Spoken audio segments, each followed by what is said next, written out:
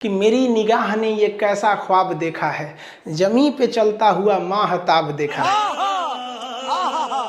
कहीं गढ़ा खोद दीजिएगा तो उसमें रोशनी थोड़ी ना जाएगा ज्यादा, गढ़ा में ज्यादा रोशनी नहीं जाता है, थोड़ा ही रोशनी जा पाता है। तो चंद्रमा की सतह जो है ना पूरी तरह से गढ़ा है, इसीलिए हमारा जो चंद्रयान गया था या फिर ज्यादातर जो भी चंद्रमा पे उतारे जाते हैं यान, उस सूर्य ज्यादातर गढ़वे में गिर जाते हैं सब, और वो अपने संपर्क को खो देते हैं सब। तो चंद्रमा की सतह अगर आपसे कोई कह दे तो बराबर नहीं है, वो कैसा है, गढ़ा गढ़ही है। और इन गढ़ों में चंद्रमा पे सूर्य का प्रकाश नहीं जा पाता है, जिस वजह से ये गढ़े जो होते हैं वो धुंधला दिखता है। तो चांद जो है ना वो धुंधला दिखता है। तो लोग कहते हैं चांद में दाग है, कोई अलग अलग कहानियां सुनाता है, अलग अलग राज्यों में अलग अलग कहानियां प्रचलित है कि चांद पर दाग आया क्यों था। भैया चांद पे कोई दाग नहीं है, चांद पर गढ़ा है। जिस तरह से महिलाओं के या पुरुषों के यहाँ पिंपल्स निकल जाते हैं ना, किसी किसी का खौरा जाता है, कटहल की तरह हो जाता है, तो वो भी दाग की तरह हो जाता है। वैसे ही चंद्रमा पर भी है, यहाँ कोई दाग वगैरह नहीं है। उस गड्ढे में प्रकाश न जाने की वजह से थोड़ा सा धुंधला दिखता है। इंग्लिश में इसे क्या कहते हैं, मून कहते हैं, और हिंदी में चंद्रमा। उर्दू में क्या कहते हैं, इसे महताब कहा जाता है। कहते हैं ना कि मेरी निगाह ने ये कैसा ख्वाब देखा है, जमी पे चलता हुआ माहताब देखा है। समझ आ गया कि नहीं। और यूट्यूब है, इस पर थोड़ा सा शायरी कम होना चाहिए, हमको लगा एप्लीकेशन है। चंद्रमा का बहुत महत्व है। सोचरा बचपन में मम्मी क्या कहती है कि चंदा मामा, बचपन में क्या कहती है, चंदा मामा। और वही लड़कवा जब बड़ा हो जाता है ना तो मम्मी कहती है चांद सी दुल्हन लाएंगे। अरे ससुरा तू नहीं, इसका मतलब तू मामा को दुल्हन बना रही है। अरे अरे भाई, ये कहने के लिए चंदा मामा दूर के पुआ पकाए खीर के। अभी तो हाल ही में करवा चौथ बीता है। करवा चौथ में पत्नी अपने पति को चलनी में देखती है, फिर चांद को देखती है, और गर्लफ्रेंड अपने बॉयफ्रेंड को चायछन्नी में देखती है, क्योंकि उसका पावर कम है तो फिर सामान भी छोटा होना चाहिए। आप देखिएगा एगो लड़का लड़की शादी करके भाग जाएगा सब, अब उसके बाद से लड़कियां पकड़ाएगी ना तो कोर्ट में आके क्या कर देगी, हमको बहला फुसला के लेके भाग गया। अब आप बताइए किसी लड़की को कोई बहला फुसला के भागेगा कि चलो चलो चलो भाग जाते हैं शादी कर लेते हैं, नहीं ना लेके भाग सकते हैं।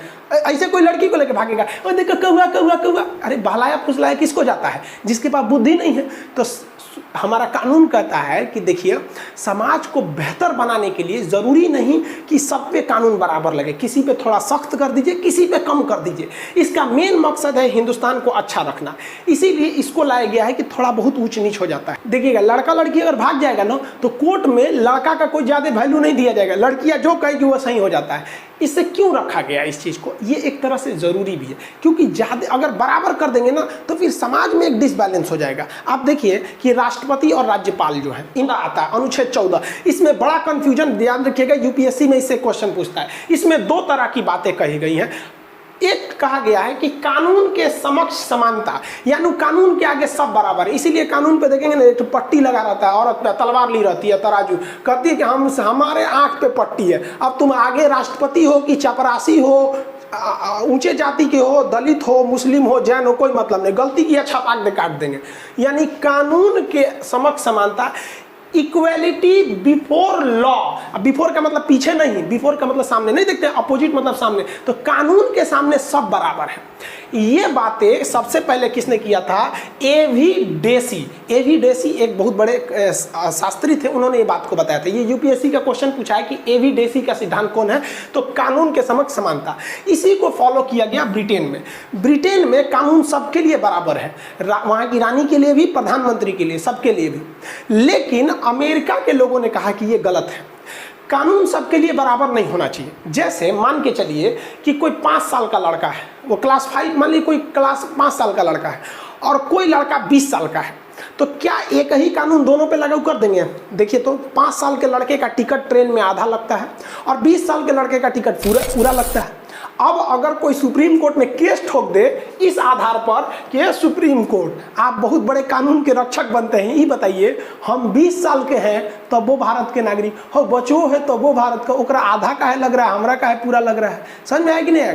तो यही कहता है कि देखिए अमेरिका के संविधान में क्या कहा है, कानून का समान संरक्षण।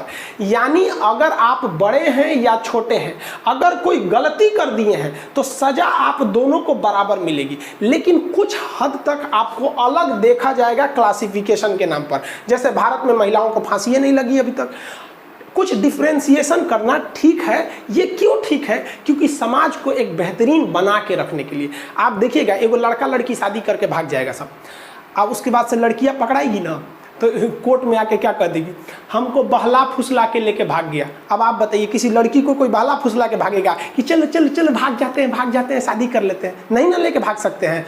ऐसे कोई लड़की को लेके भागेगा, और देखो कौआ कौआ कौआ, अरे बहलाया फुसलाया किसको जाता है? जिसके पास बुद्धि नहीं है। तो हमारा कानून कहता है कि देखिए, समाज को बेहतर बनाने के लिए जरूरी नहीं कि सब पे कानून बराबर लगे, किसी पे थोड़ा सख्त कर दीजिए, किसी पे कम कर दीजिए। इसका मेन मकसद है हिंदुस्तान को अच्छा रखना, इसीलिए इसको लाया गया है कि थोड़ा बहुत ऊंच नीच हो जाता है। देखिएगा, लड़का लड़की अगर भाग जाएगा ना तो कोर्ट में लड़का का कोई ज्यादा वैल्यू नहीं दिया जाएगा, लड़कियां जो कहेगी वो सही हो जाता है। इससे क्यों रखा गया? इसकी दो सूचना सुनिए। देखिए, ज्योग्राफी का एडमिशन क्लोज कर दिया गया था, लेकिन बहुत सारे लड़के छूट गए थे और क्लास लेते समय एप्लीकेशन पे सब यही कहता है, सब सर एडमिशन थोड़ा ओपन कर लीजिए। तो ये जो दीपावली आ रही है, तो इसके अवसर पर हम ये ज्योग्राफी का एडमिशन ओपन कर रहे हैं। आप उसमें जाके मिनिमम फी में geography, topography, astronomy, geology total चीज कर सकते हैं, पूरा पोर्शन। उसमें से आप एकदम ग्रुप डी से लेके यूपीएससी तक का कंप्लीट आप देख लेंगे। आप ऐसे भी टॉपिक देख के तो समझते ही कितना है, तो आप उसमें जाके ले सकते हैं। अभी भी उसका एडमिशन फी कितना 200 रखा गया है। पहला सूचना ये, जल्दी लीजिएगा, ये कभी भी बंद हो सकता है, क्योंकि सर्वर पे ज़्यादा भीड़ नहीं करना है, वरना धीमा चलने लगता है सर्वर। दूसरी बात कि जो लोग कॉल कर करके ऑफिस टीम को परेशान कर दिए कि खान सर से कहिए हमारा थोड़ा सा स्पॉन्सर कर दे, भाई हमने किसी का स्पॉन्सर नहीं करते, हम खुद के बारे में कभी बोलबे नहीं करते, तो आपका कहाँ से बोलेंगे।